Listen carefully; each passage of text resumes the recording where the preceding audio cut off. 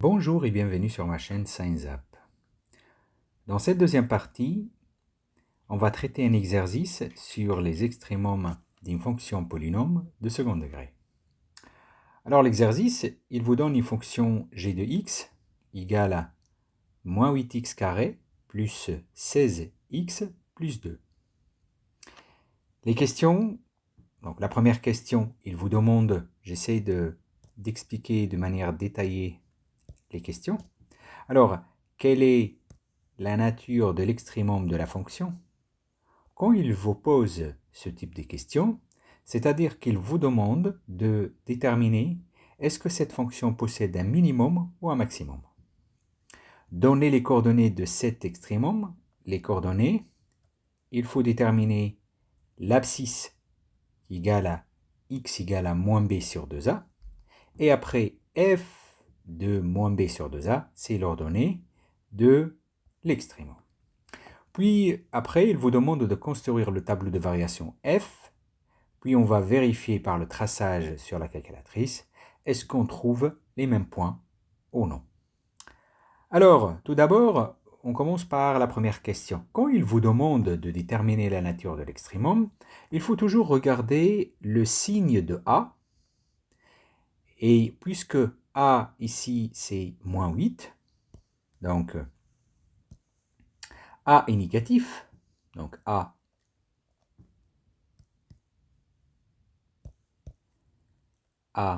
égale à moins 8, qui est négatif.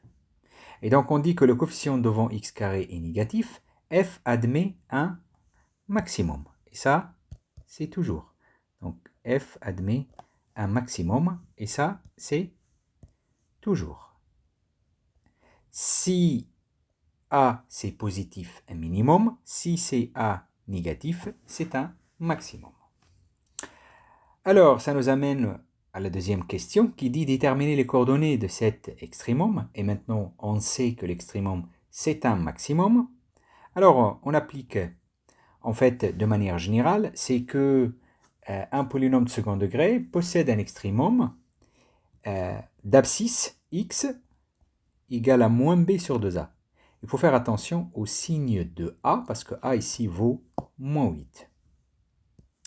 Alors, on fait le calcul. Donc, on a moins b ici. Le b, c'est 16. Donc, moins b, c'est moins 16. Sur 2a, 2.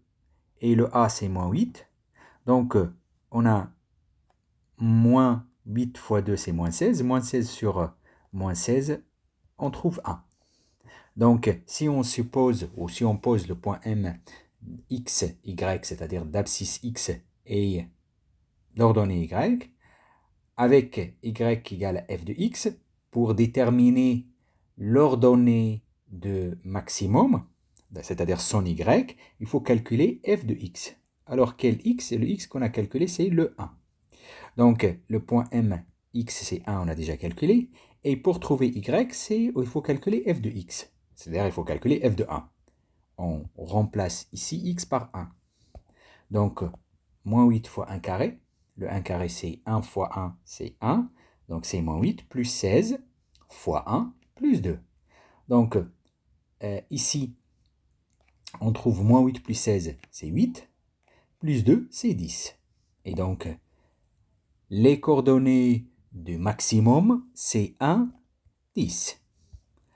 Après, on va construire le tableau de variation et on va voir de manière générale, est-ce que on va construire le tableau de variation et aussi on va tracer la courbe sur la calculatrice et on va voir est-ce que graphiquement on trouve ces coordonnées ou non. Alors, pour le tableau de variation, donc je peux le faire ici, mon tableau de variation. Donc, je vais faire ça. Donc, je rappelle que g de x égale à moins 8x carré plus 16x plus 16x plus 2. Et moi, donc, je peux supprimer ça. J'ai pas de problème pour cette fonction. Cette fonction, en fait, elle est définie sur R. Donc ici, c'est moins l'infini, plus l'infini. Et puisque j'ai trouvé, donc x, ça c'est 1. F de x, c'est 10.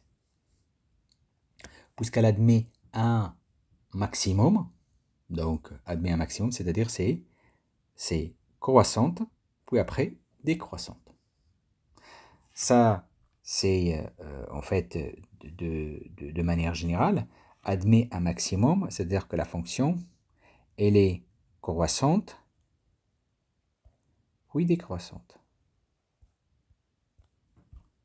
Ça c'est de manière générale. Donc, je vais donc faire ça. Ça, c'est un max.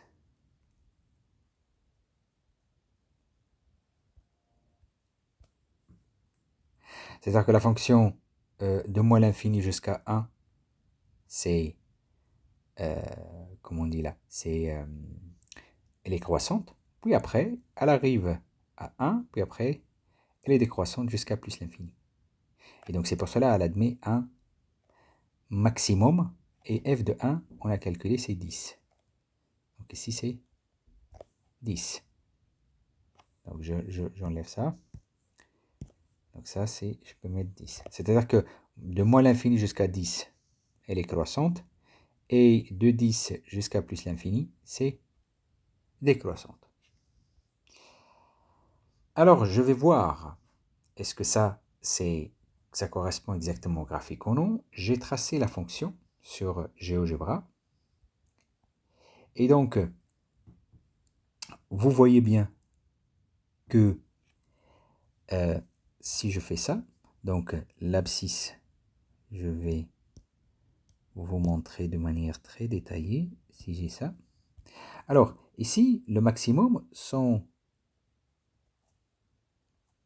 abscisse, il est là. Donc, je fais ça. Voilà, c'est 1. 0, ça c'est le 1. Donc, ça c'est la première. Donc, je peux le mettre de manière très... je vais faire ça, puis après je vais faire ça. Et je peux dire que à partir de là, voilà, ça correspond très bien à 1. Donc, ça c'est 1. Et le f de 1, si on fait ça, c'est rapide. Ça correspond à... Attends, je fais ça. Donc, je fais ça, très bien. Et après, ça correspond à 10. Je peux les lire directement. C'est 10. Pas vraiment. Non. Il faut que je fais bien comme ça. Voilà, c'est 10.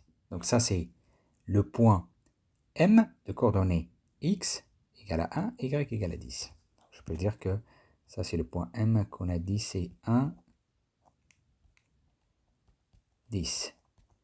Après, est-ce que le tableau de variation, donc on a dit de moins l'infini jusqu'à 10, elle monte. Oui, de moins l'infini jusqu'à 10, elle monte. Donc c'est croissante. On peut dire c'est croissante. Donc je peux le faire ici. Donc voilà, je peux faire là. C'est simple. Donc de moins l'infini jusqu'à combien? Jusqu'à 10. Je vais là, jusqu'à 10. Elle est croissante. Puis après, de 10 jusqu'à plus l'infini, la courbe, elle est décroissante. Voilà. Et donc, on trouve exactement, c'est-à-dire le calcul et le graphique concordent très très bien. Voilà pour cet exercice. J'espère que cette vidéo sera utile pour vous pour comprendre comment on peut déterminer les extrémums d'une fonction, polynôme second degré. N'hésitez pas d'abonner à ma chaîne, laissez plus de commentaires pour avoir plus de vidéos, plus d'astuces sur mathématiques et aussi même en physique et en chimie. Et là, je vous dis au revoir et à la prochaine vidéo.